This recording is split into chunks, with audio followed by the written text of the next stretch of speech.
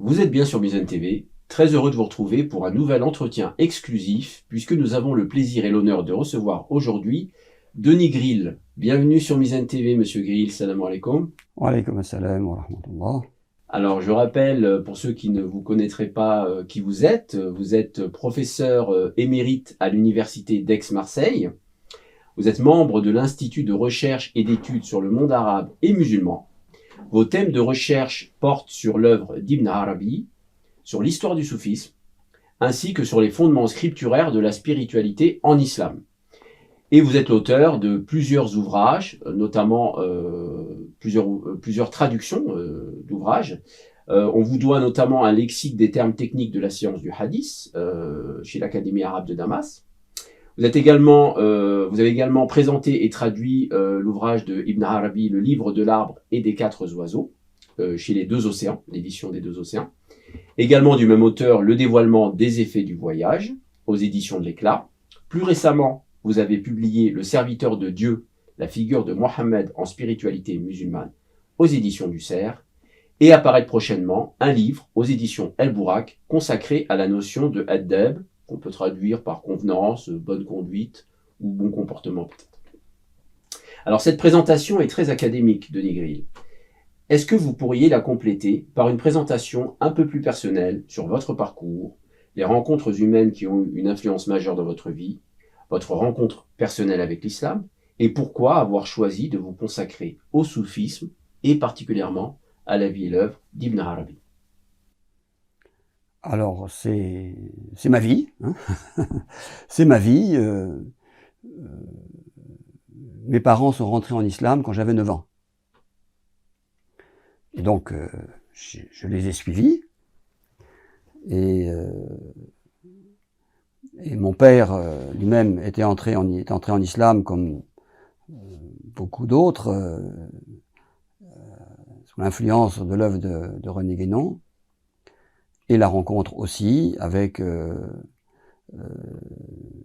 Michel Valsan, Cheikh Moustapha Abdelaziz, hein, qui était à la fois un maître et dans la continuité aussi de Fritjof Schuon, Cheikh Aïssa, hein, qui l'avait remplacé à Paris en quelque sorte. Et voilà. Et donc j'ai eu la chance, la grâce, on peut dire même, de fréquenter ce maître depuis mon jeune âge, à partir de 15-16 ans, hein, je le fréquentais régulièrement. J'ai fait un petit peu d'arabe juste à la fin de mes études secondaires. J'ai très peu de choses, mais ça m'a donné le goût de la langue. Et quand il a fallu choisir une orientation pour mes études, sans avoir vraiment à y penser, mais sur la suggestion de mon professeur d'arabe, Bruno Alf, qui m'a dit « Mais pourquoi tu ne ferais pas de l'arabe ?» Alors, je n'avais pas pensé que faire de l'arabe, ça pouvait être une sorte de métier, en quelque sorte, hein. Mais voilà, je me suis inscrit à la Sorbonne, et j'ai fait une licence d'arabe, tant bien que mal. Et voilà, donc après après ma licence, j'ai eu la possibilité j'ai eu une bourse pour partir à Médine, à l'université islamique de Médine. Alors, c'était d'un côté une douche froide, parce que c'était une université où on forme les bons wahhabites. Alors, c'est pas évidemment pour persévérer dans la connaissance de l'Ibn Arabi, c'est pas l'idéal. Mais d'abord, j'étais à Médine, Mecque, Médine, donc voilà, j'étais. Et aussi, ça m'a évidemment, du point de vue de la langue arabe aussi, c'était vraiment voilà, déterminant, puisque la langue arabe était, même l'université de Médine où il y avait des étudiants de tous les pays, la seule langue commune était évidemment la langue arabe classique. Donc ça m'a vraiment fait démarrer en arabe véritablement. Voilà. Et je suis rentré ensuite, au bout d'1 an, j'aurais pu continuer comme ça, devenir un bon wahhabite, mais bon, Dieu n'a pas voulu qu'il en soit ainsi. Et je suis rentré en France, j'ai fini mes études, j'ai fait une maîtrise, j'ai passé l'agrégation d'arabe, voilà. Et donc après ce premier séjour en pays arabe, et après j'ai passé un an, je pensais pas du tout, j'ai passé la direction d'arabe un peu malgré moi, bon, pour faire plaisir à mon père, mes parents, et j'avais abandonné, mais il se trouve que je l'ai eu comme ça un peu par hasard, tout ça pour dire que on choisit vraiment rien dans sa vie, hein, j'étais destiné à ça sans le vouloir. Bon. Donc, j'avais demandé une bourse pour l'Institut français d'études arabes à Damas, où j'ai passé donc un an à Damas, qui ont été très importants aussi. J'ai fréquenté beaucoup de maîtres, à la fois des maîtres du soufisme, mais aussi j'ai fréquenté l'université, la faculté de Sharia, de sciences islamiques à Damas, comme je l'avais fait déjà aussi un peu à Médine. Donc j'ai approfondi un peu ma connaissance de l'islam de manière générale, hein, les sciences islamiques, et puis un milieu aussi, à l'époque, extrêmement riche du point de vue spirituel, Damas, hein, aussi bien du point de vue de la science traditionnelle que de la spiritualité. Il y avait, bon, le Cham, le Bilad des Cham, hein, c'est la terre des prophètes d'abord, et ensuite c'est vraiment... ça a été très riche. Après, il fallait que je rentre pour faire mon service militaire, que j'ai passé en fait en enseignant l'arabe en Algérie, au lycée Descartes, lycée français d'Alger en Algérie, qui a été aussi un temps très important parce que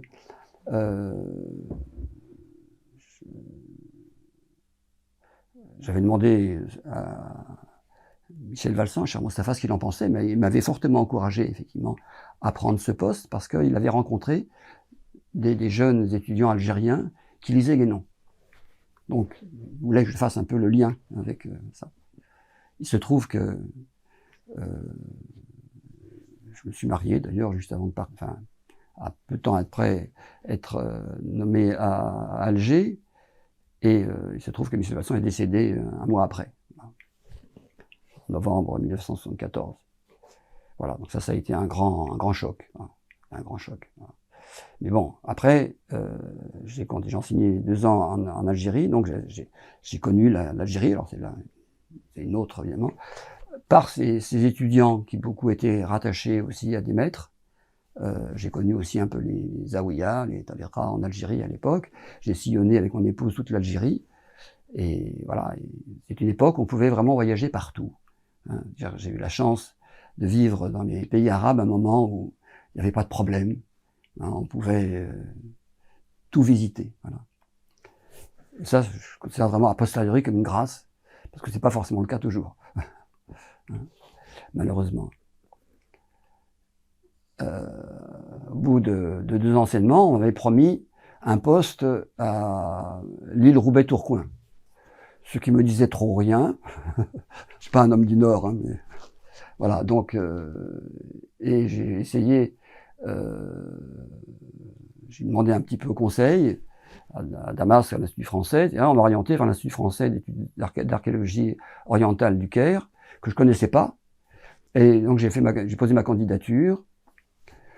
Le directeur, enfin, c'est un institut avant tout d'égyptologie, mais il y a une section pour les études arabes et islamiques, et coptes aussi. La réponse n'était pas très favorable, on m'a dit, mais présentez-vous quand même. Alors il se trouve que j'ai été pris. J'avais l'impression que j'allais partir là pour 1 an, parce que l'accueil n'avait pas été très chaleureux au départ. Finalement, j'y suis resté 5 ans. Je suis resté 5 ans, alors j'ai commencé à travailler, effectivement. Là, c'était un poste vraiment de recherche, j'étais vraiment libre pour faire de la recherche. Et bon, pour aussi prendre connaissance de l'Égypte, avec toute sa richesse foisonnante, sur tous les plans, hein. Sur le plan de l'histoire, sur le plan du tassaouf aussi, bien sûr, et cette présence des saints, Sina al-Hussein, les grands saints de l'Égypte, voilà, donc ce phénomène des ziyarat, hein, des visites des tombes des saints, qui est très fort en Égypte. Et puis alors j'ai commencé quand même à travailler sur Ibn Arabi. Au départ, je voulais faire une thèse de manière un petit peu inconsciente. J'étais inconscient parce que je pensais qu'on pouvait faire une thèse sur le Coran dans l'œuvre d'Ibn Arabi, ce qui était totalement irréaliste. Alors en fait, j'ai fait des articles, voilà. Et sous l'influence d'historiens, un historien que je mentionnerai, qui est Jean-Claude Garcin, qui est un historien qui est décédé maintenant, peu de temps, mais qui est un spécialiste de l'époque mamelouk en Égypte, mais qui a beaucoup travaillé aussi sur la relation sur la place des maîtres du soufisme dans l'histoire, dans le contexte médiéval de l'Égypte. Et ça m'a beaucoup inspiré. Ça m'a orienté vers le travail sur la géographie, les vies de saints. Et je me suis rendu compte que c'était tout à fait complémentaire avec une œuvre aussi doctrinale que celle d'Ibn Arabi. J'ai travaillé sur un texte qui est écrit par le disciple d'un maître d'origine andalouse, qui était un condisciple d'Ibn Arabi en Andalousie, en Andalous. Donc, j'ai resté dans le même milieu. Mais un milieu qui était, les textes géographiques sont très, très vivants, avec plein d'histoires de karamat, de miracles, mais en même temps aussi qui font comprendre comment ces gens-là vivaient. Pas seulement les maîtres, mais les disciples aussi, hein, avec leurs faiblesses, leur parcours, etc. Et ça a été vraiment... j'en ai fait un sujet de thèse, en fait. Hein, c'est la Risale de Safi Eddin Ibn Mansour, où ce maître, qui est égyptien, raconte à la fin de sa vie, mentionne tous les maîtres qu'il a connus, et qui sont en grande partie des maîtres originaires du Maghreb, enfin de l'Andalous et du Maghreb, et en même temps des maîtres égyptiens aussi, mais venant du Proche-Orient ou de l'Iran, parce que tous ces à l'époque ayyoubides, donc tournant du XIIe, XIIIe siècle, voilà, l'Égypte est un foyer, si vous voulez, où se rencontrent des tendances du soufisme, des mouvements du soufisme qui viennent aussi bien de l'Occident que de l'Orient. Après une époque où l'Égypte était fatimide, donc assez peu ouverte au soufisme, il y a vraiment une éclosion du soufisme à cette époque-là. Et donc, ça m'a fait prendre conscience de l'importance de l'histoire, sans devenir historien proprement parler, mais de la mise en contexte quand même aussi, de l'enseignement des maîtres spirituels, qui est certes un enseignement qui est à la fois, on peut dire, intemporel, parce que les vérités dont ils parlent ne sont pas limitées de par le temps, mais en même temps, elles s'inscrivent dans des milieux, elles s'inscrivent dans des circonstances particulières. Les relations, j'ai travaillé aussi un peu sur l'époque Mablouk, les relations entre les soufis et le pouvoir, par exemple, pas tout à fait le même avec les ayyoubides, qui étaient des gens cultivés, des savants, en même temps souvent très liés au soufisme, n'est pas le même que ensuite avec les Mamelouks, qui sont d'anciens esclaves, des militaires, pas le même contexte. Donc le soufisme s'inscrit aussi dans cette histoire-là, générale du monde musulman. Voilà. Donc ça m'a fait prendre conscience de tout ça, et j'ai continué autant que possible à travailler sur ces deux aspects. L'œuvre d'Ibn Arabi, où j'ai commencé à traduire des textes, et en même temps à travailler sur l'histoire sur des textes géographiques, ou bien sur des questions relatives à des questions posées à la géographie, sur la question des miracles, par exemple. Bon, est-ce que les miracles sont un critère de la sainteté en islam, par exemple? Voilà. Des questions comme ça, voilà, à travers toute cette littérature. Voilà. Et puis, il se trouve que, étant donc au Caire, à l'Institut français d'archéologie du Caire, il se trouve que la plupart des enseignants d'arabe et d'islamologie ou de civilisation musulmane à Aix-en-Provence venaient régulièrement au Caire. Ils m'ont fait connaissance et ils m'ont demandé, quand j'ai fini mon temps, de venir à Aix. Donc là encore, j'ai rien choisi. On m'a invité à Aix. Voilà. Donc je suis venu à Aix, j'y suis toujours, voilà, depuis 1981. Voilà. Où j'ai enseigné à la fois l'histoire, la langue, beaucoup, la langue arabe. J'ai toujours aimé la langue arabe comme langue, la culture aussi, la littérature. J'enseigne la littérature andalouse, d'autres formes d'autres littératures. Mais après, je me suis plus concentré sur l'islamologie à proprement parler, c'est-à-dire l'histoire de la pensée musulmane. Voilà. En parlant, mais pas exclusivement, du soufisme. Et aussi en apprenant aux étudiants à analyser les textes, le Coran, le Hadith. Voilà. Comment, dans un contexte universitaire, on peut avoir un discours qui n'est pas un discours religieux, mais un discours sur la religion, en restant respectueux des textes, sans avoir, comme certains orientalistes, un discours ultra critique, etc. Non, mais prendre les textes pour ce qu'ils sont, et voilà, et savoir une distance qui est une distance, je veux dire, méthodologique, mais tous voilà, en sachant rentrer quand même dans le texte et en faire ressortir ce qu'il nous dit, ce qu'il disait à l'époque. Qu'est-ce que ça voulait dire le Coran?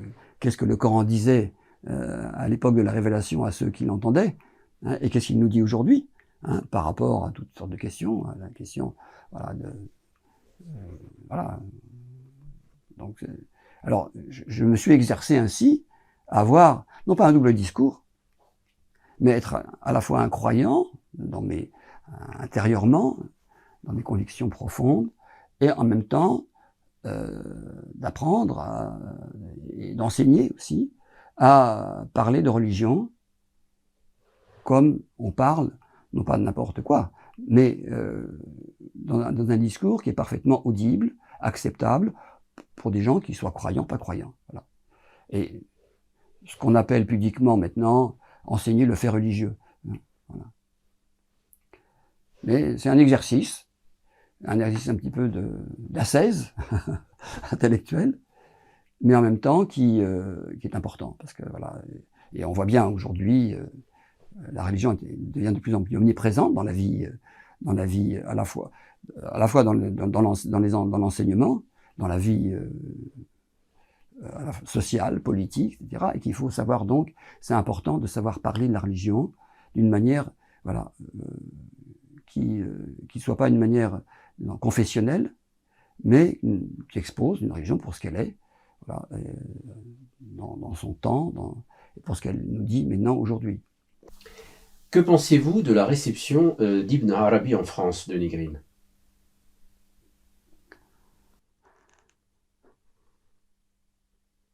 Alors, est-ce à moi qu'il faut poser la question? Je pense que la question serait plutôt à poser à ceux qui le lisent. Moi, je produis, en quelque sorte, une lecture d'Ibn Arabi, hein, en travaillant sur les textes, en traduisant ou bien en faisant des articles sur Ibn Arabi. Je fournis, en quelque sorte, une matière à lecture, à réflexion, et ce que je constate, effectivement, bon, le développement, alors, je crois qu'il faut revenir un peu en arrière, avant de parler d'aujourd'hui. C'est-à-dire que comment on a progressivement découvert l'œuvre d'Ibn Arabi en Occident, et dans le monde musulman aussi. C'est deux domaines différents, mais qui ne sont pas totalement imperméables l'un à l'autre. Le premier auteur vraiment à avoir fait connaître Ibn Arabi, mais dans un contexte très particulier, c'était l'orientaliste espagnol Miguel Assin Palacios, hein, qui a écrit une vie d'Ibn Arabi. Alors, il a intitulé ça l'islam christianisé, parce que c'était lui-même un prêtre, et il avait l'impression, qu'au fond, il retrouvait chez Ibn Arabi l'enseignement des spirituels espagnols du Moyen-Âge ou de la Renaissance. Voilà. Et il voulait, au fond, retrouver, enfin, il lisait Ibn Arabi comme un prêtre. Bon, mais ça a été quand même, mais en même temps, c'est quelqu'un qui a travaillé aussi sur Razali, sur Ibn Hazm, qui a eu un rôle quand même pour faire découvrir des auteurs andalous, parce qu'il était lui-même, il prenait les auteurs andalous comme des gens comme des Espagnols. Voilà. Voilà. Bon. Mais c'est sûr que la diffusion a été très limitée. Après, il y a eu quand même un ouvrage, il faut rendre aussi quand même hommage aussi à Henri Corbin, hein, qui, dans son ouvrage sur l'imagination créatrice chez Ibn Arabi, a fait vraiment là découvrir l'œuvre d'Ibn Arabi, en mettant l'accent sur la question du khayal, parce que ça, l'imagination créatrice qui allait tout à fait dans le sens de sa vision de voir la spiritualité comme une sorte de rencontre avec l'ange, un ange intérieur. Et donc ces questions de la vision, hein, du caractère visionnaire de l'œuvre d'Ibn Arabi, était parfaitement en phase avec la manière dont il abordait l'histoire de la spiritualité musulmane. Mais ça a été, je pense, pour beaucoup d'auteurs, un public large, parce qu'il avait un public assez large, il avait une approche quand même profonde de l'œuvre d'Ibn Arabi, hein, voilà, il a eu ce rôle. Évidemment, avant ça, il y a eu, ce qui évidemment pour moi, et pour tous mes frères, a été déterminant, bien sûr, ça a été le travail de Michel Valsan, cher Mostafa Abdelaziz, qui est entré en islam avant la guerre mondiale, sous l'influence de l'œuvre d'Ibn Arabi, et qui a eu, par rapport à d'autres gens qui sont rentrés en islam, s'est vraiment plongé dans la tradition musulmane. Et il se l'est plongé en particulier. Donc il a recherché vraiment, et pour lui évidemment, Guénon était la voie d'accès à la dimension la plus profonde de la spiritualité musulmane. Et en même temps, ce cheminement, il l'avait découvert par l'œuvre de Guénon, qui l'avait fait découvrir évidemment à lui, tous ceux qui l'ont lu évidemment, font la dimension la plus profonde, la plus métaphysique des traditions spirituelles. Donc pour lui, la question c'était comment passer de l'un à l'autre. Comment, au fond, faire passer les gens qui lisaient Guénon à une connaissance de cet enseignement-là, mais dans un contexte musulman, islamique, pour qu'ils puissent à la fois le pratiquer, cet enseignement métaphysique, que ce soit pas uniquement quelque chose d'abstrait, mais que ce soit quelque chose qui puisse se réaliser. Qui puisse se réaliser dans une pratique religieuse et spirituelle à la fois.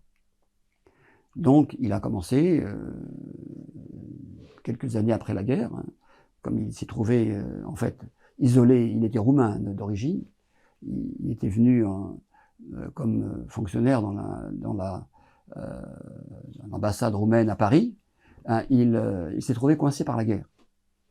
La Roumanie est occupée par les Allemands, il ne peut plus rentrer chez lui.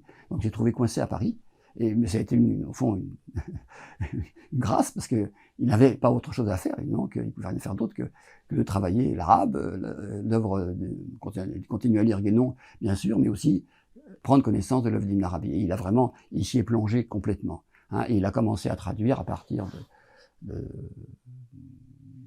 quelques années après la fin de la guerre, il a commencé à publier dans la revue fondée par Guénon, les études traditionnelles, toute une série de traductions, soit de chapitres des Futuhat el-Makkiya, l'œuvre maîtresse d'Ibn Arabi, soit des Rasaïl, des traités d'Ibn Arabi, et il le faisait vraiment pour la formation des disciples. C'est-à-dire que c'était pas pour faire un travail. Alors, il avait une approche au fond, assez universitaire, c'est-à-dire qu'il c'est une grande exigence intellectuelle, et entre autres, par exemple, il tenait toujours, parce qu'il travaillait sur les textes édités d'Ibn Arabi, mais il tenait toujours aussi à se référer, avec les erreurs évidemment des anciennes éditions, à se référer aux manuscrits. Il avait fait tout un travail de recueil des manuscrits d'Ibn Arabi, qu'il trouvait déjà pendant la guerre à la Bibliothèque nationale, et puis ensuite, par l'intermédiaire du professeur Hamidullah, qui n'était pas du tout un soufi, mais avec qui il était très proche, sur le plan islamiquement parlant, et fraternellement, je veux dire, et qui, lui, le professeur Mohamed Hamidullah, enseignait régulièrement en Turquie, il lui rapportait régulièrement des microfilms d'œuvres d'Ibn Arabi. Il y a vraiment une collaboration sur ce plan-là. Alors que lui-même, Hamidullah, c'était pas sa tasse de thé, lui, mais il était se respectait beaucoup l'un l'autre. Voilà. Donc il y avait cette dimension quand même d'un grand sérieux, je veux dire, scientifique dans son approche de l'œuvre d'Ibn Arabi, même si la visée évidemment était bien au-delà d'un travail strictement universitaire.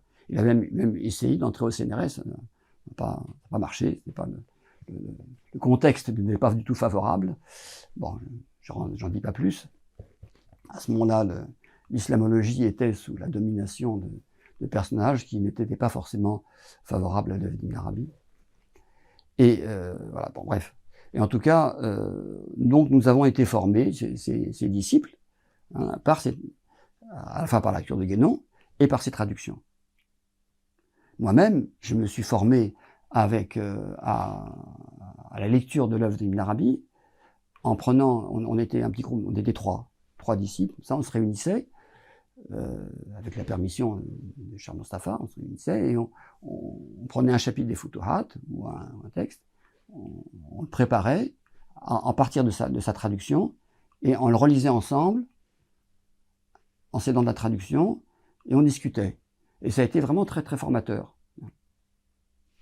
Parmi les trois, il y avait votre serviteur, il y avait aussi Charles-André Gillis, Abdelrazak, voilà, et puis un autre, pas très connu. Et voilà. Et donc je me suis formé comme ça. Alors, et tout à fait. Alors je faisais mes études par ailleurs, hein, à la Sorbonne, mais je me suis beaucoup auto-formé en fait. Enfin, pas auto-formé, non. Astaghfirullah. J'ai été formé, mais l'essentiel de ma formation pour le travail sur l'œuvre d'Ibn Arabi et le soufisme en général, ça n'a pas été la Sorbonne. Hein.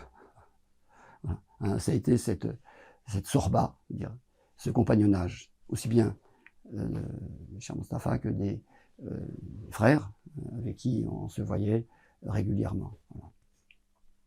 Alors, je reviens maintenant. Alors ensuite, évidemment, il y a eu d'autres. Il y a eu les travaux de Titus Burkhardt, petit livre sur l'ésotérisme islamique, et puis ensuite la traduction partielle des Fusus al-Hikam, qui est aussi un ouvrage qui a eu beaucoup marqué les lecteurs à cette époque, parce que c'était vraiment, il n'y avait rien d'équivalent sur le marché, il n'y avait pas encore le Buraq. Voilà. Et ensuite, et alors après le décès de Michel Valsan, ben, ceux qui l'avaient formé ont continué. Un certain d'entre eux ont continué. Charles-André Gillis,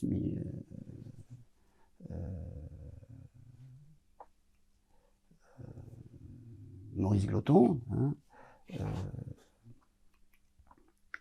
Michel Chodkiewicz, et voilà, principalement. Puis après, moi, un peu plus tard, je m'y suis mis aussi.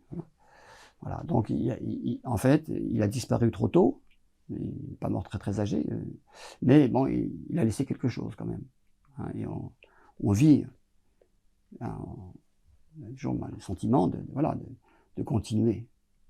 Moi, je peux évoquer un souvenir. J'étais en première année de fac. En arabe, j'étais totalement nul encore. Première ou deuxième fac. Je vais voir Michel Valsan, chez Cheikh Mustapha. Il avait préparé, il projetait, il n'a pas fait, mais il projetait sans doute à la fois la traduction d'un ouvrage d'Ibn Arabi qui s'appelle Nusratul Haq. Je crois qu'il a été traduit maintenant. L'exemplaire de vérité, enfin, qui a un des noms de l'homme universel ou l'homme parfait, Insan Kamil. Et il voulait vérifier, voilà, s'il avait bien. Il m'a passé le manuscrit. Et il lisait lui-même pour voir si le texte. Et moi, je me sentais complètement dépassé. Mais après, a posteriori, je me suis dit, oui, il m'a mis sur la voie quand même. Voilà. Je me sens voilà. Et aussi, quand j'ai fait ma maîtrise sur la notion d'Adab, qui va être publiée à l'Buraq, c'était des textes sur la notion d'âme, mais dont la structure a été inspirée par les chapitres d'Ibn Arabi sur l'adab dans les Futuhat, même si sur l'adab en général, hein, du point de vue islamique. J'en ai remis le texte à Cheikh Mustapha, et on était ensemble dans un majlis, une séance, et il a montré ça, et il m'a dit, il lisait quelque chose de votre travail. Et je me suis trouvé, j'arrivais pas à dire un mot, j'étais complètement en présence des maîtres, hein, on n'a pas envie de parler. Et voilà, bon, j'ai fini par prendre un passage et je me suis forcé, puis j'en ai lu quelques voilà, j'ai lu. Mais sur le moment, c'était une épreuve, parce que je me sentais complètement tremblant, etc.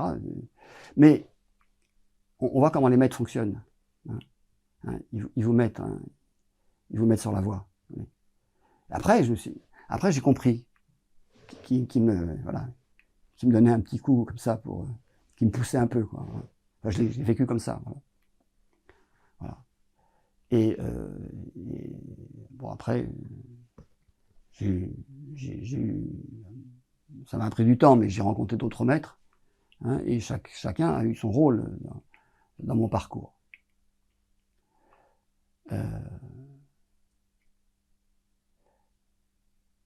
Et je citerai ça, bon, j'ai dévié par rapport à votre question de départ, mais pour voir comment les maîtres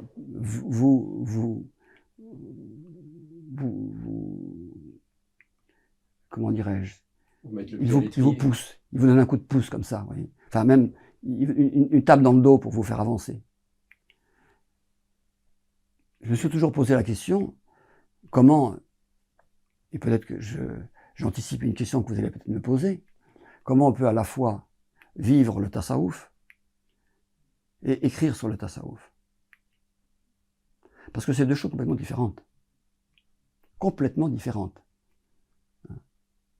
Parce que quand vous écrivez une traduction ou un article, vous vous projetez par rapport à un public. Et involontairement, vous vous conférez, involontairement bien sûr, mais malgré tout, une forme d'autorité.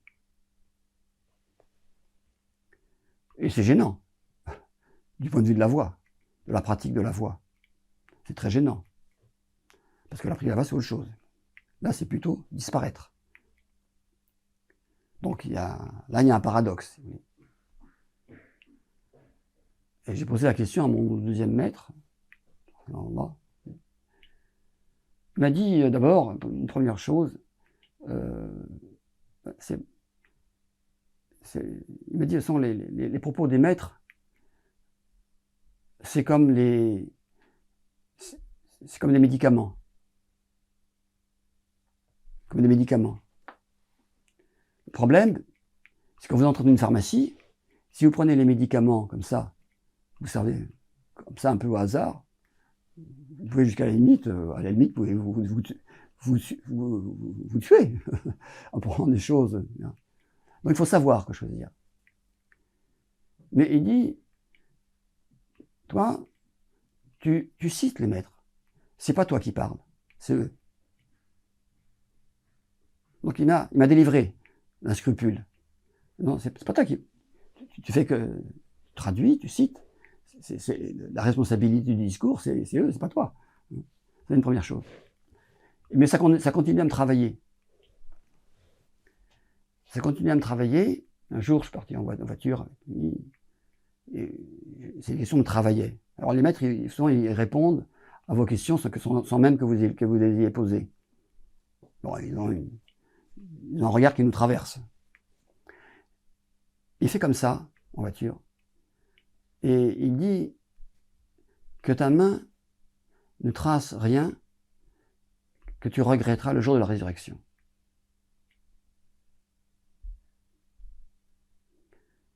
Et là, je me suis dit oui.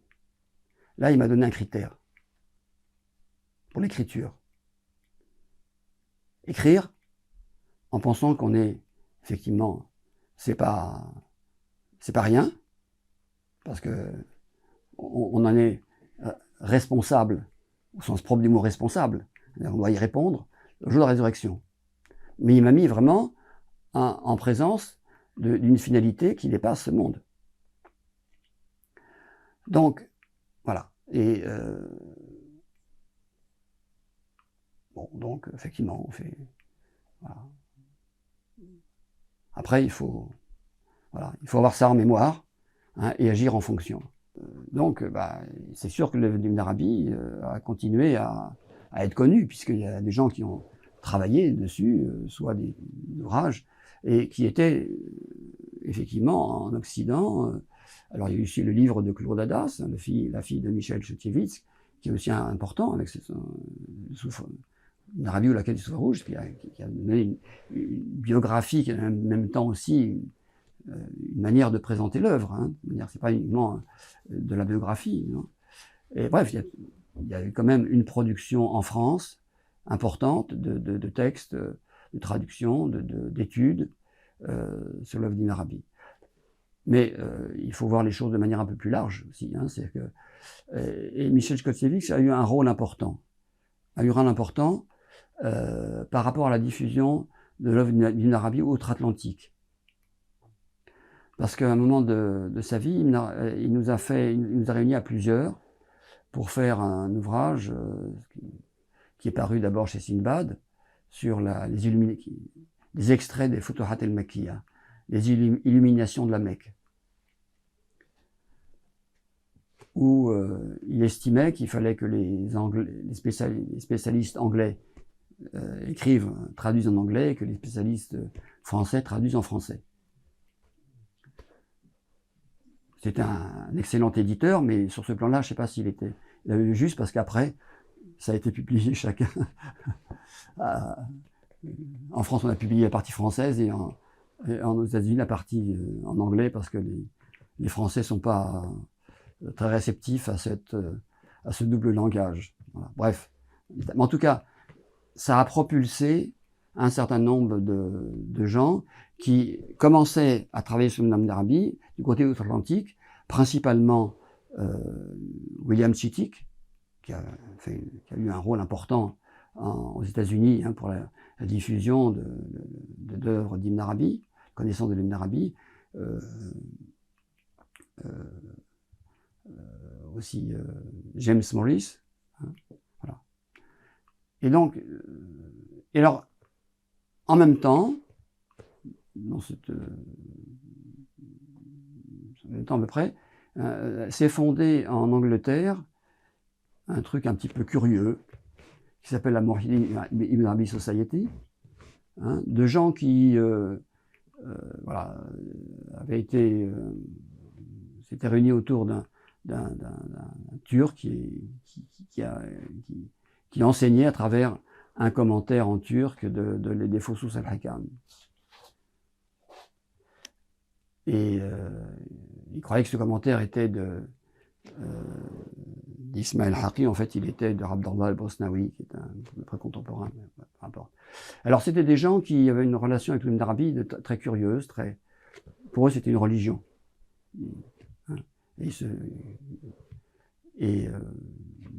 Certains étaient pas vraiment musulmans, mais en même temps, prenant la lecture des awrad, c'est-à-dire des oraisons d'Ibn Arabi quotidiennes, un peu comme un ouvrage de prière quotidien.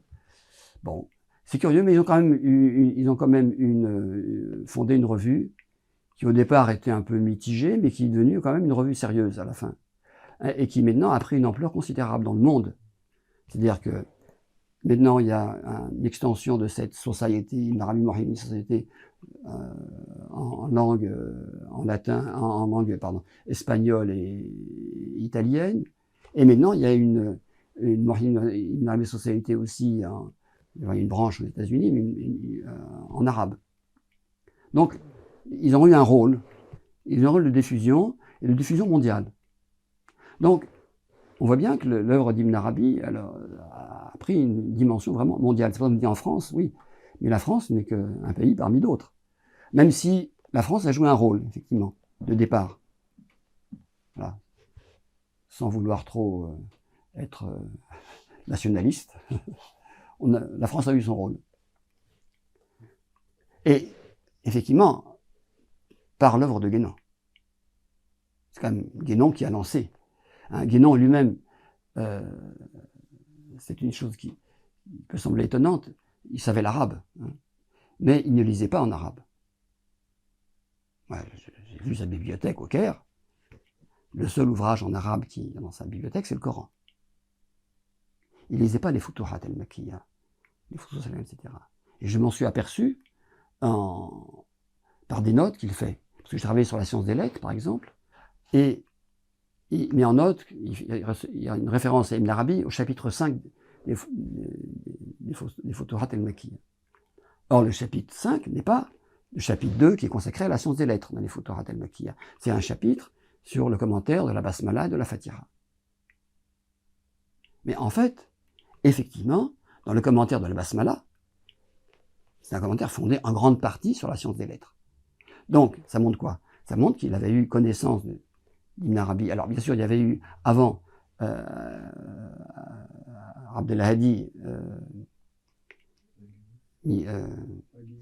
son nom m'échappe maintenant, suédois, Ageli, qui était un Suédois qui était rattaché à un cheikh chazilite du Caire, le Abdelrahman El-Ailish, et qui avait fondé avec lui une revue qui s'appelait l'Akbariya, où il avait commencé effectivement à traduire certains textes d'Ibn Arabi. Ou pas d'Ibn Arabi, mais comme le fameux traité de l'unité, qui en fait pas d'Ibn Arabi, hein, mais voilà, qui a servi longtemps de référence, comme référence sur la Wahdat al-Wujud d'après Ibn Arabi, alors que c'était pas d'Ibn Arabi. Bon. Michel Choukavitch a refait une traduction de ce texte en montrant à qui qui était son auteur. Et donc il avait eu connaissance, mais de manière, je dirais, orale, pratiquement. À part les textes traduits par Agheli, Abdelhadi, il avait eu une connaissance orale par les maîtres qu'il fréquentait au Caire. Voilà. Donc, voilà. Alors maintenant, ensuite, je dirais qu'il y a eu aussi une autre forme de diffusion de l'œuvre d'Ibn Arabi dans le monde arabe. Alors bien sûr, il y a toujours eu, bien sûr, dans le milieu des tariqas, des tasawwuf, il y a toujours eu des maîtres qui lisaient Ibn Arabi et qui ne recommandaient aux disciples de lire son œuvre qu'à certains disciples choisis qu'ils estimaient capables de le faire. Une fois, on m'a présenté un shir en Égypte. La personne croyait bien faire. Ah, monsieur, il travaille sur l'œuvre d'Ibn Arabi. Alors, le shir, il m'a regardé comme ça. Et il m'a descendu complètement. Comment? Il faut commencer par le commencement, en commençant par la fin. Et il semblait presque faire un pamphlet contre Ibn Arabi. Puis à la fin, progressivement, j'ai compris qu'en fait, c'est qu'il avait une telle haute idée de l'œuvre d'Ibn Arabi qu'il estimait que un pauvre débutant comme moi ne pouvait pas, voilà, c'était pas la voie à suivre pour s'initier à l'œuvre d'Ibn Arabi. Il fallait commencer par le commencement. Il avait parfaitement raison. Donc c'est vrai que l'œuvre d'Ibn Arabi était vraiment diffusée dans des milieux particuliers.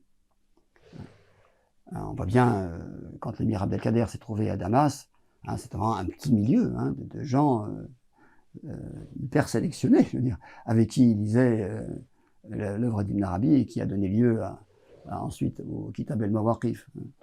C'est les milieux, pas forcément rattachés à une tariqa ou une autre, mais des gens qui avaient réalisé quelque chose déjà et qui leur permettait d'avoir accès à cette œuvre. Donc ça, c'était la situation avant. C'est toujours comme ça d'ailleurs, mais l'œuvre d'Ibn Arabi a été diffusée dans le monde arabe par les écrivains. Pour qui l'œuvre d'Ibn Arabi a été sur le plan de la langue et de la littérature arabe une révélation. Je pense par exemple à quelqu'un comme Gamal el-Ritani, un grand auteur égyptien. Bon, son œuvre n'a pas grand-chose à voir avec l'œuvre d'Ibn Arabi. Il a beau avoir écrit le Kitab et-Tajalliyat en s'inspirant du titre de l'œuvre d'un texte d'Ibn Arabi. Et moi, je suis pas mal connu. Il m'avait amené chez lui, il avait une bibliothèque akbarienne exceptionnelle. Il avait lu tout l'œuvre d'Ibn Arabi. Et en même temps, ce qu'il en faisait n'avait pas grand-chose apparemment à voir. C'est un romancier moderne, dont la thématique ne sont pas spécialement tellement spirituelle. Mais pour lui, il m'expliquait qu'il avait redécouvert la langue arabe et la littérature aussi à travers l'œuvre d'Ibn Arabi, et que Adonis aussi, ça a inspiré aussi des gens comme Adonis, etc. Et là, c'est une autre dimension de la diffusion d'Ibn Arabi qui nous échappe un peu, qui échappe un peu aux Occidentaux, mais c'est importante aussi. Qui fait que l'œuvre d'Ibn Arabi s'est diffusée comme ça aussi, dans les milieux intellectuels des différents pays musulmans, à la fois de manière littéraire, mais aussi, ça a quand même aussi, ça répondait aussi dans un contexte d'un monde musulman traversé par des forts mouvements peu spirituels. Ça donnait ça permettait d'avoir une autre approche de l'islam. Et ça a été important pour beaucoup de milieux, souvent intellectuels, artistiques, parfois même. Ça les a ouverts à une autre approche de l'islam. Par cette dimension un peu littéraire de l'œuvre. Un texte comme le Tarjuman al-Ashwaq, la poésie, etc. C'est important aussi, parce que de la forme, on passe au fond. Alors, Denis Grill, comment jugez-vous les traductions de l'œuvre d'Ibn Arabi en français? Vous paraissent-elles fidèles, ces traductions? Vous paraissent-elles fidèles et conformes à l'œuvre du maître andalou? Je vous pose cette question parce qu'une grande partie des traducteurs de l'œuvre d'Ibn Arabi sont ou ont été souvent des adeptes ou des personnes familières de la pensée et de l'œuvre de René Guénon, vous le rappeliez vous-même, ou de Fritjof Schuon. Alors vous avez cité un certain nombre de ces noms, Titus Burckhardt, qui a résumé la traduction des Fusus al-Hikam chez Albin Michel. Vous avez cité aussi Charles-André Gillis, Michel Chodkiewicz, Maurice Gloton, on pourrait citer Max Giraud et bien d'autres. On retrouve donc souvent des termes techniques employés dans l'œuvre de Guénon, être utilisés comme choix de traduction de mots ou de notions employés par Ibn Arabi. Est-ce que ce choix de traduction correspond à une parfaite identité ou convergence de vue entre les deux doctrines, celle de Guénon et de Ibn Arabi?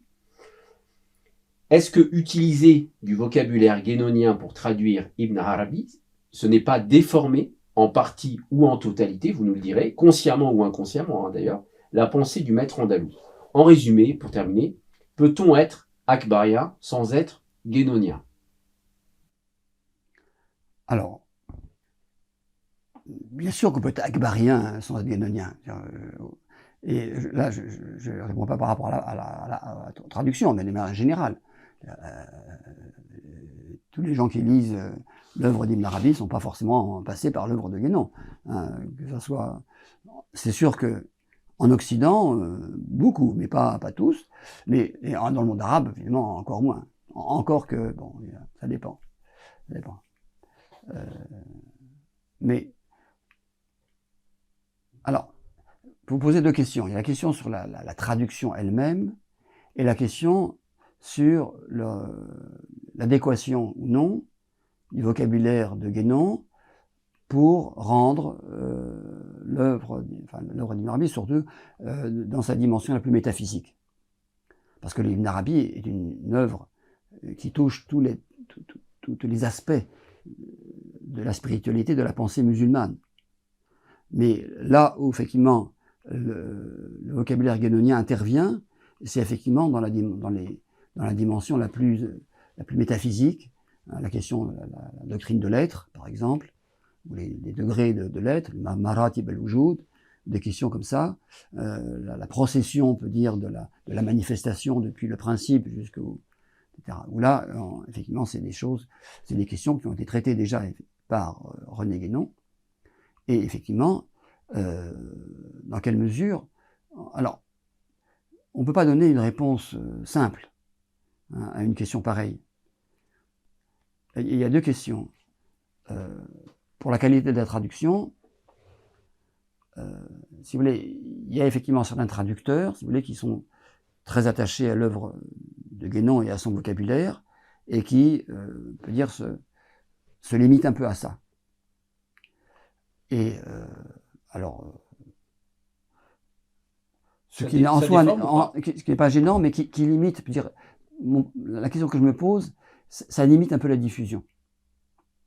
Parce que c'est quand même un vocabulaire très particulier, qui suppose qui est parfaitement compréhensible pour les gens qui sont familiers de l'œuvre de Guénon, mais tout le monde, quand quelqu'un qui va en librairie, qui veut acheter un ouvrage, une traduction d'Ibn Arabi, n'est pas forcément un guénonien qui connaît parfaitement la métaphysique selon Guénon. Hein. Donc, c'est un peu une traduction pour un certain public. Et tel quel, ça se tient. Hein. Ça se tient. Mais, moi, de mon point de vue à moi, il faut qu'une traduction, voilà, puisse être lue par tout le monde. Et que la notation aussi. Parce que souvent, il y a une tendance un peu à faire des annotations qui sont vraiment la référence uniquement à l'œuvre de Guénon, et de manière un peu allusive, parce que c'est écrit pour les lapifiaux, hein, les gens qui connaissent ça. Voilà, donc, il y a un peu une tendance à ça chez certains introducteurs. Ce n'est pas ma manière de faire, parce que j'estime qu'il faut être plus ouvert.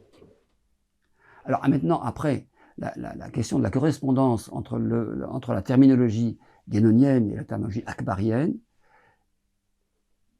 ça marche souvent, mais pas toujours. Donc, bon, je réponds ni oui ni non. Vous voyez, hein, il y a des... si vous prenez un terme comme lettre, la traduction du terme wujud, le sens de wujud inclut à la fois ce que Guénon appelle l'être et le non-être. Si vous voulez traduire le non-être en arabe, par exemple, non-être au sens où Guénon l'emploie, c'est-à-dire quelque chose qui n'est pas l'être déterminé, mais qui est l'être dans sa dimension la plus absolue, qui inclut donc le non-être, ce qui est au-delà de l'être, vous n'avez pas de terme spécifique en arabe, parce que si vous traduisez le non-être par Adam, ça ne va pas du tout, parce que Adam, c'est l'absence d'être, hein, c'est l'inexistence absolue. Hein, c'est-à-dire, Char al-Mutlaq, hein, de même que le mal absolu, de même que le wujud, c'est el-khair al-Mutlaq, hein, ou le bien absolu. Donc, on est décalé complètement. Vous voyez. Il y a des termes qui ne collent pas entre... Il y a des vocabulaires employés par Guénon qui sont très difficiles à traduire en arabe. Je prends un terme comme la toute possibilité. Si vous traduisez la possibilité au sens où Guénon l'emploie, par le imkan, ce que font certains traducteurs qui ont traduit Guénon, qui ont essayé de traduire Guénon en arabe, dans l'autre sens, oui, ça ne va pas, parce que imkan en arabe, c'est la possibilité d'être, mais non pas l'être, dans sa dimension absolue, qui est le wajib et le wujud, celui dont l'être est nécessaire. C'est el mumkin et le wujud, celui dont l'être est possible, c'est-à-dire nous. Hein. Nous sommes des êtres, voilà. Notre existence est possible, mais elle n'est pas nécessaire en soi. On aurait pu ne pas exister, alors que Dieu, lui, son être est nécessaire. On est dans d'autres catégories. Et Ibn Arabi emploie le vocabulaire qui était employé déjà avant lui, bien avant lui, par les théologiens ou les philosophes. Hein. C'est pas, il n'a pas tout inventé, Ibn Arabi. Hein. Il s'inscrit dans une tradition de terminologie de la théologie musulmane, de la philosophie musulmane aussi, etc., qui reprend, auquel il donne parfois une nouvelle dimension, où il invente, le terme n'est pas très bon, mais il reprend certains termes auxquels il donne une valeur particulière, comme le terme de Rama, par exemple, où Dieu était dans une nuée avant, au-dessous laquelle il n'y avait rien, bon, qui pour lui est, qui pourrait être la traduction de la possibilité universelle, par exemple. Mais, vous voyez, donc il y a un problème de vocabulaire, effectivement. Il y a un problème de vocabulaire, et là, il ne faut pas être prisonnier des mots. Il faut être compréhensible. C'est ça, je pense, la question, c'est que ne pas s'enfermer dans une voie trop étroite, hein, mais essayer vraiment un traducteur, il a une responsabilité, hein, c'est-à-dire de faire comprendre à ceux qui le lisent ce que l'auteur qu'il traduise a voulu dire. Et là, effectivement, il y a un travail, des fois, le terme wujud est problématique, parce que des fois, quand Ibn Arabi emploie le terme wujud pour dire simplement l'existence, des fois, il y a pour dire l'être, mais aussi pour ce qu'on appelle le non-être. Alors, il faut savoir traduire d'une manière qui soit conforme à ce qui est visé par le texte de départ. Voilà. Il faut que le texte d'arrivée arrive à peu près à la même signification que le texte de départ. C'est ça qui compte, en fait. C'est pas se dire, est-ce que je suis fidèle à Guénon, pas fidèle à Guénon. Il y a beaucoup, c'est sûr qu'il y a une parenté profonde sur le plan spirituel et intellectuel entre l'œuvre d'Ibn Arabi et l'œuvre de Guénon, dans le domaine de la métaphysique. Et ça, c'est très frappant. Des fois, vous lisez Ibn Arabi et vous diriez, tiens, Guénon aurait pu faire quelque chose comme ça. Mais c'est pas toujours comme ça. Alors, ça marche parfois. Alors là, vous pouvez traduire avec le vocabulaire guénonien sans difficulté. Mais c'est pas, voilà, ça dépend parce que c'est quand même deux mondes, deux époques complètement différentes aussi. Donc voilà, il faut pas s'enfermer dans la forme. C'est le sens qui compte. Vous êtes donc universitaire de Negril, et ce qui est assez paradoxal, puisqu'on ne peut pas dire de prime abord que l'université ou les milieux académiques soient les lieux les plus propices à l'expression ou à la restitution ou à la diffusion de l'enseignement d'une œuvre éminemment métaphysique. Hein, je parle du soufisme en général d'ailleurs, hein, on pourrait élargir cette remarque. Une œuvre spirituelle au possible qui parle de dévoilement, de vision, où les prophètes, les anges et Dieu lui-même entrent en communication avec les saints, alors même que l'université est un lieu dont l'esprit et la méthode sont éminemment agnostiques. Alors vous qui intervenez parfois dans le cadre de séminaires ou de présentations dans ces milieux universitaires, comment peut-on, et qui est historien, hein, historien du soufisme, précisément comment peut-on être historien d'un objet qui par définition transcende aussi l'histoire? Alors le problème, c'est pas l'université, le problème c'est moi. L'université, c'est un enseignement diffusé à tous. Donc il faut que le savoir soit diffusé d'une manière qui soit acceptable, possible par tous. On traite de tous les sujets dans l'université. Et on traite de la religion. Il y a un enseignement sur les religions. Voilà. Alors après, c'est une question. Alors, l'esprit et la méthode universitaire est quand même plutôt agnostique. Elle est agnostique, mais c'est dans ce sens-là que je parlais de paradoxe. Voilà. D'accord. Alors, ça me poserait problème si par exemple, si je travaillais sur l'histoire du Coran, le temps de la révélation. Parce que, effectivement, quand vous travaillez sur une question comme la naissance d'une religion, il faut tenir compte de tout un ensemble de sources et avoir un regard critique sur les sources. Le Coran, le hadith, et puis confronter ça à d'autres sources. Alors, il n'y a pas énormément de sources extra-islamiques sur le début de l'islam, il y en a quand même. Voilà, donc c'est tout un regard critique qu'il faut savoir porter sur les sources. C'est conciliable, ça Alors, c'est pas, je dirais que c'est pas très évident. C'est pour ça que, personnellement, de manière un petit peu prudente, je préférais travailler, c'est pas que j'ai préféré, ça s'est trouvé comme ça. Quand je travaille sur le soufisme, ou que je travaille sur le Coran ou le hadith comme dans leur dimension spirituelle, c'est-à-dire comme ayant inspiré les maîtres spirituels, par exemple, et ils les prennent, eux, comme tels, comme des textes révélés. Donc je travaille, si vous voulez, sur le Coran ou le hadith, comme ils sont traités dans la tradition musulmane, c'est-à-dire comme des textes, soit un texte révélé, soit des textes inspirés, pour la parole du prophète, par exemple. Et, si vous voulez, mon travail à ce moment-là, c'est de montrer comment, dans la tradition musulmane, on a compris le Coran, comment on a compris la Sunna. Ouais. Et donc, de ce point de vue-là, je suis objectif. Le grand mot, c'est objectif. On n'est jamais objectif. On n'est jamais objectif parce que c'est sûr que quand on enseigne, bah, on est un intermédiaire entre la chose qu'on enseigne et les enseignés. Donc, il y a une part de soi.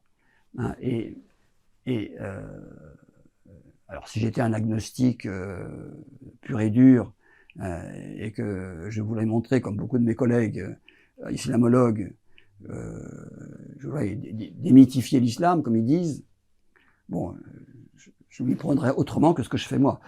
Est-ce qu'on peut être un agnostique et accéder à la compréhension de l'œuvre de Ibn Arabi, puisque cette œuvre, ou d'autres maîtres spirituels, hein, encore une fois, on peut extrapoler, ces œuvres-là peuvent être étudiées dans un certain cadre académique, hein, quelle que soit la discipline. Est-ce qu'on peut être un bon akbarien si on est un agnostique? Pour la compréhension de l'œuvre, je parle. Ah, c'est pas tellement à moi qu'il faut poser la question, parce que je me trouve pas tout à fait dans ces situations-là, mais on peut travailler.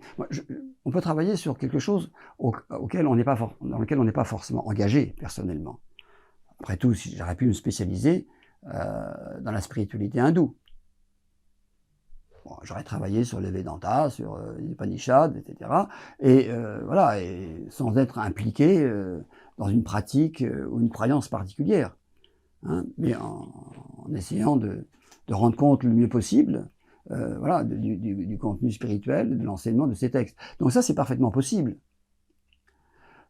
Ce que je constate quand même, c'est que parmi ceux dans le monde universitaire qui étudient le soufisme, alors il y a ceux qui sont musulmans, effectivement, mais il y en a beaucoup qui ne le sont pas, il y a toujours une affinité avec ce qu'on étudie. Je constate que tous ceux qui étudient le soufisme, en tout cas, ils sont pas forcément musulmans, bien sûr, mais ils ont quand même une certaine forme de sensibilité à la spiritualité. Parce que sinon, il faut avoir ça pour entrer dans des textes comme ça. Mais là, c'est une question de rapport au texte. Hein. Voilà. De même, pour travailler sur les grammaires arabes, bah, il faut avoir un peu une fibre linguistique, philologique, ou je sais pas quoi. Mais enfin, voilà, il faut aimer la grammaire, quoi. Sinon, c'est sec. Oui. Donc ça, c'est une question d'affinité. Et voilà. Et aussi, c'est une question de respect. Si je devais enseigner Marx, par exemple, Karl Marx, avec qui je n'ai pas spécialement d'affinité, bah, je devrais respecter quand même la pensée de Karl Marx. Pas essayer de montrer que tout est faux, etc. Ça, c'est une question, c'est vraiment la déontologie universitaire. C'est-à-dire respecter et rendre compte le plus fidèlement possible en matière d'histoire de la pensée de ce dont on parle. Voilà. C'est une question de déontologie. Ibn Arabi faisait-il consensus auprès de tous les maîtres spirituels de Negril? Y a-t-il eu des oppositions à ses thèses ou des divergences exprimées à l'encontre de son enseignement de la part de ses maîtres spirituels? Et si oui, pouvez-vous nous donner quelques exemples?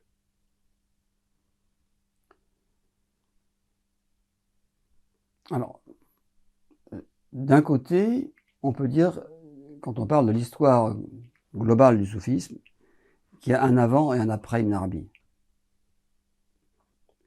Mais il ne faut pas non plus le prendre de manière trop absolue, parce que le soufisme a continué à être ce qu'il était. Si on prend les textes du Tasawwuf jusqu'à Ibn Arabi, les grands textes du Tasawwuf, bon, ce sont des textes qui concernent avant tout le cheminement sur la voie, le soulouk, le passage par les différentes étapes. Bien sûr, il est question de connaissance, mais c'est pas la dimension sans doute la plus centrale. Hein, c'est quand même, pour la plupart du temps, des textes qui s'adressent à des disciples, qui sont des traités qui doivent servir d'enseignement aux disciples, et donc qui laissent, je dirais, qui préparent le disciple, effectivement, à la contemplation, au dévoilement, plus qu'il parle du dévoilement lui-même. Par exemple, Razali, dans l'Ihya Ulumuddin, la ravification des sciences de la religion, il dit bien qu'il parle du point de vue des mu'amalat, c'est-à-dire ce que dans le soufisme signifie non pas les mu'amalat au sens du firq, mais toutes les œuvres de relation à Dieu,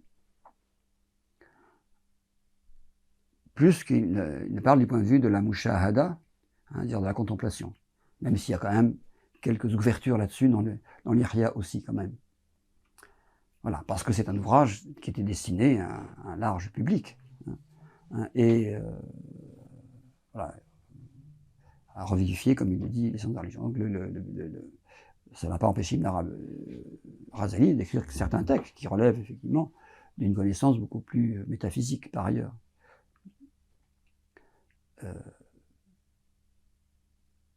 Alors, bien sûr, il y a toute une littérature du soufisme qui continue, hein, au-delà d'Ibn Arabi. Mais il est sûr que Ibn Arabi a marqué profondément aussi les contemporains qui l'ont connu, puis après génération. Surtout en Orient. Surtout en Orient. Son œuvre, curieusement, n'a été connue au Maghreb que plus tardivement. Le retour d'Ibn Arabi à son origine géographique, s'est fait progressivement, et curieusement, il est cité, il a joué un rôle, mais relativement discret, chez les auteurs du Maghreb. Et on le cite d'ailleurs souvent sous le nom de Al-Hatimi, pas Ibn al-Arabi. Peut-être parce qu'il y a aussi un autre Ibn al-Arabi qui était le Qadi Abou Bakr Ibn al-Arabi, hein, le grand cadi de Séville, qui a introduit l'œuvre de Razali en Andalous et qui a été aussi un grand juriste malikite. Bon, c'est peut-être la raison. Alors maintenant, en Orient,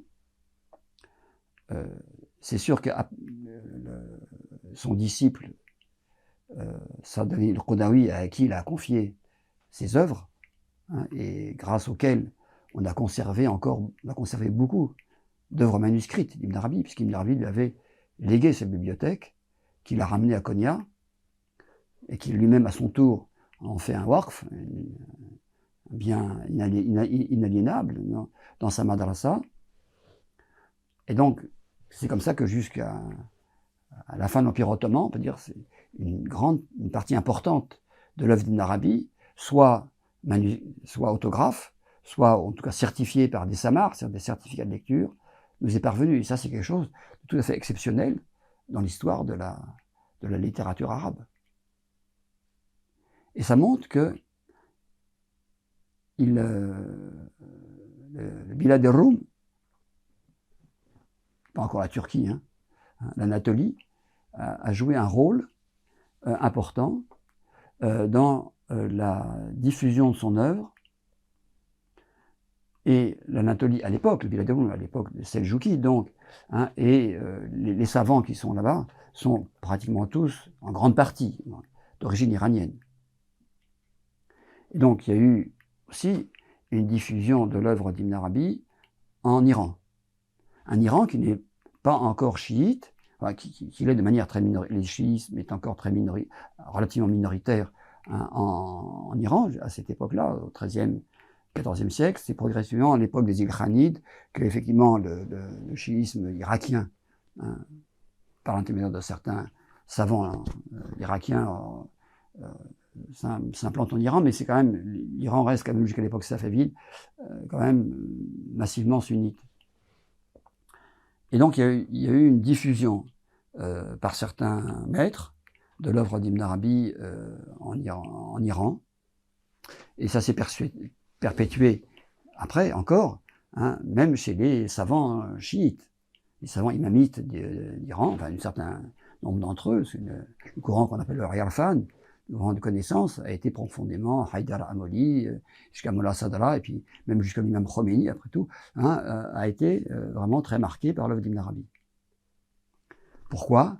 Parce qu'il a, après le Tirmizi, mais l'œuvre du Tirmizi, Hakim Tirmizi, a été le premier à écrire sur la sainteté, mais d'une manière très très sunnite.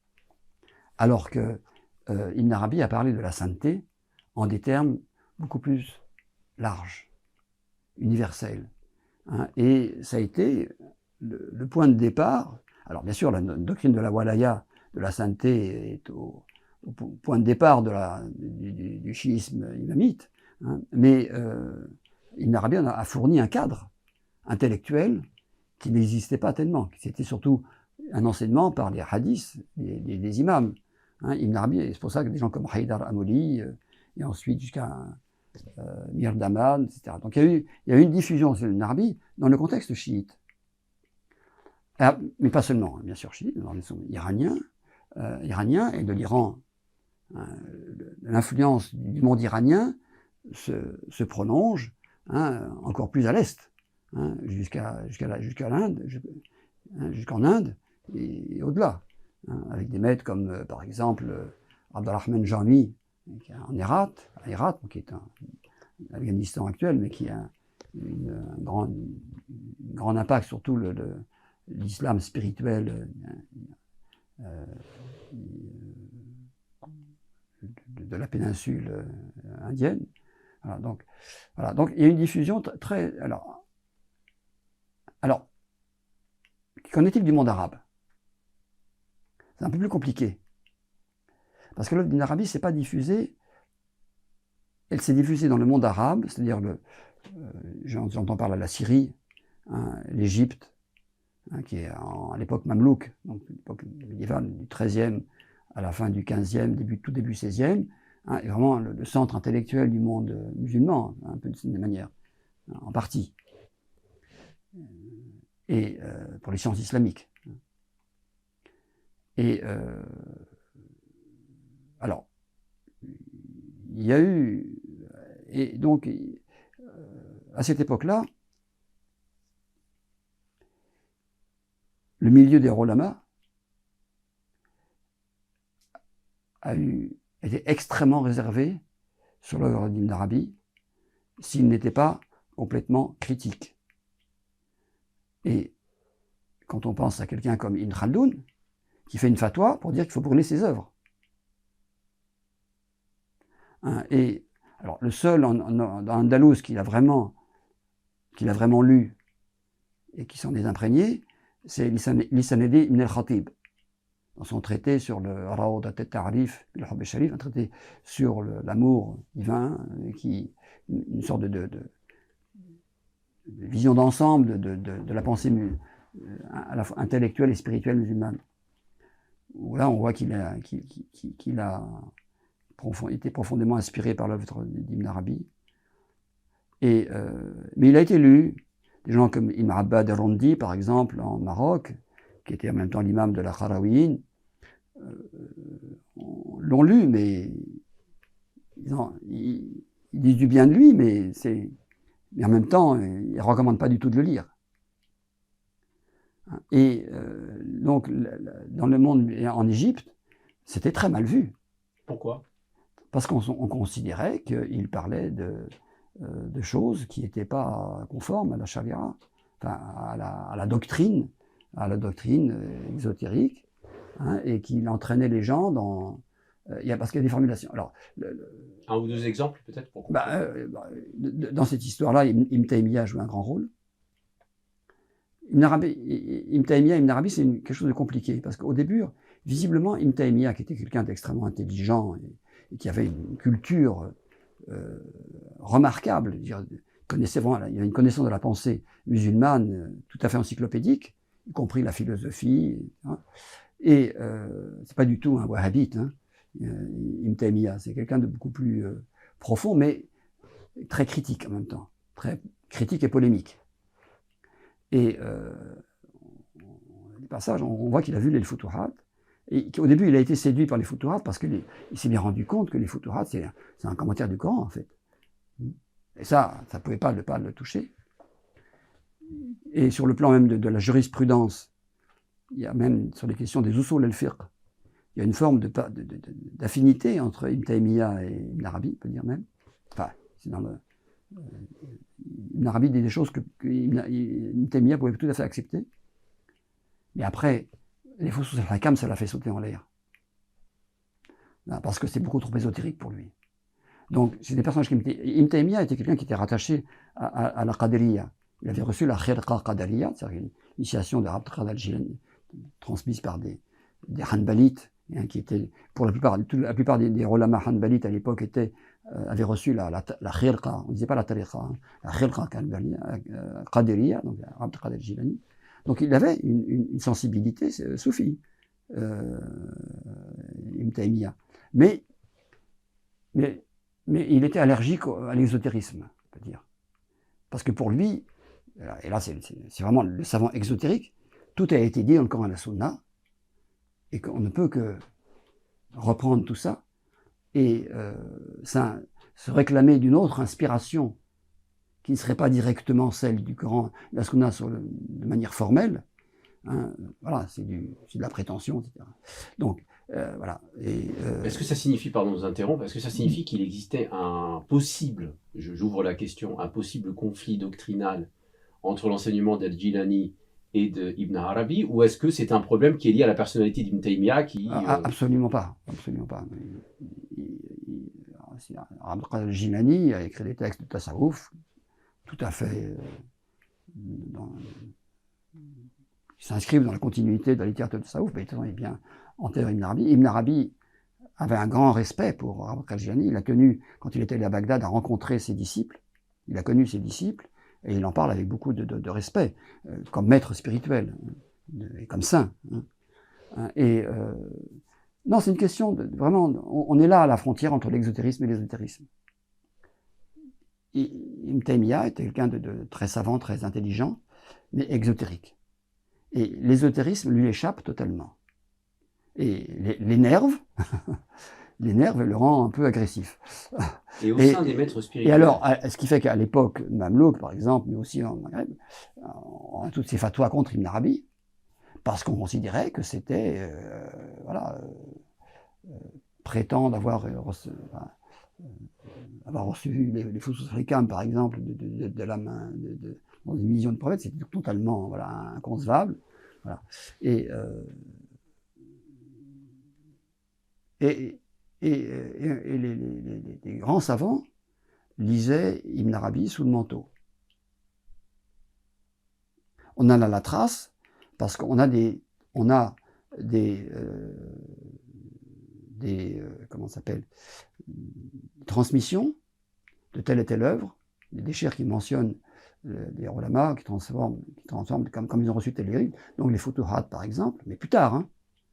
Et ça passe par des grands savants, comme par exemple Ibn Hajar al-Asqalani, qui est un grand muhaddis, hein, qui n'est pas du tout connu comme un soufi, mais des gens comme ça, on le lisait en fait.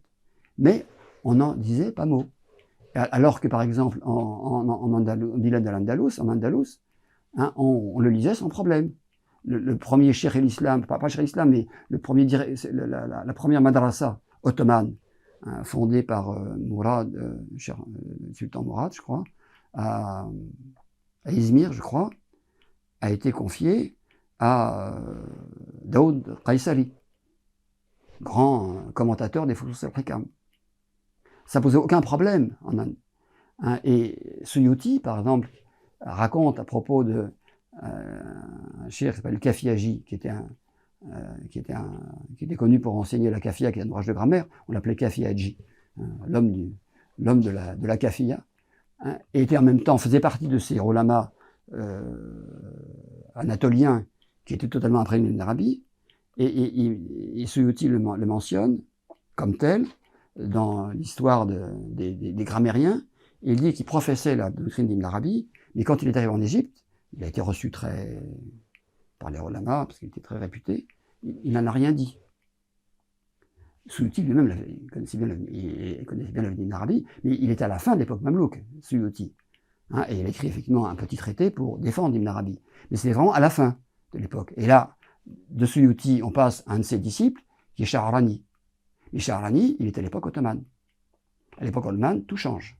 Tout change, hein, et les Ottomans, dans la continuité de cette réputation de l'œuvre d'Ibn Arabi dans le Bilad al-Rum, défendent tout à fait l'œuvre d'Ibn Arabi. Il y a eu des mouvements contraires en Turquie, mais des mouvements hostiles, mais globalement, quand même, les ulama étaient très ouverts à l'œuvre d'Ibn Arabi.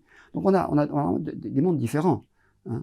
D'un côté, le Bilad al-Rum, l'Iran, qui sont très ouverts. L'Iran a une vieille tradition quand même de pensée philosophique très ancienne, et ils sont intéressés. Mais le monde arabe a été très méfiant vis-à-vis de l'œuvre d'Ibn Arabi. Alors maintenant, sur le plan des pères, les pères d'Ibn Arabi, ses collègues dans le tasawwuf, il y a eu effectivement chez certains des réticences. comme Dishir de la voix de la Kobrawiya, de Radoud, non pas Radoud Dalo, si, Raoud Daloula Simnani, par exemple, qui est étudié par Herman Landolt, qui est assez critique, et il a eu une controverse avec Abdelrazak al-Krashani, qui lui était au contraire un de ceux. Abdelrazak al-Krashani se situe dans la lignée de la transmission des Fusus al-Hikam à partir de Saladin Qounaoui. Il est de Kashan, comme son nom l'indique, en Iran. Et Semnani aussi était un Iranien, ils ont eu une controverse. Alors, je ne saurais pas me dire, maintenant je ne me souviens plus très bien le thème de la controverse, mais il y a eu des oppositions. Il y a eu des oppositions, alors, il y a des oppositions, pas des oppositions, mais sur la question du sceau de la sainteté mohammedienne. Il y a un certain nombre de cheikhs qui qui ont été un peu gênés par le fait qu'Ibn Arabi, de manière discrète mais quand même assez évidente, se désigne lui-même comme tel. Donc là, c'était plutôt une question un peu de concurrence, en quelque sorte, je dirais, plus que de position doctrinale à proprement parler. Alors, il y a le cas de Abd al-Khamel el-Jili, qui lui est totalement dans la continuité. Son maître,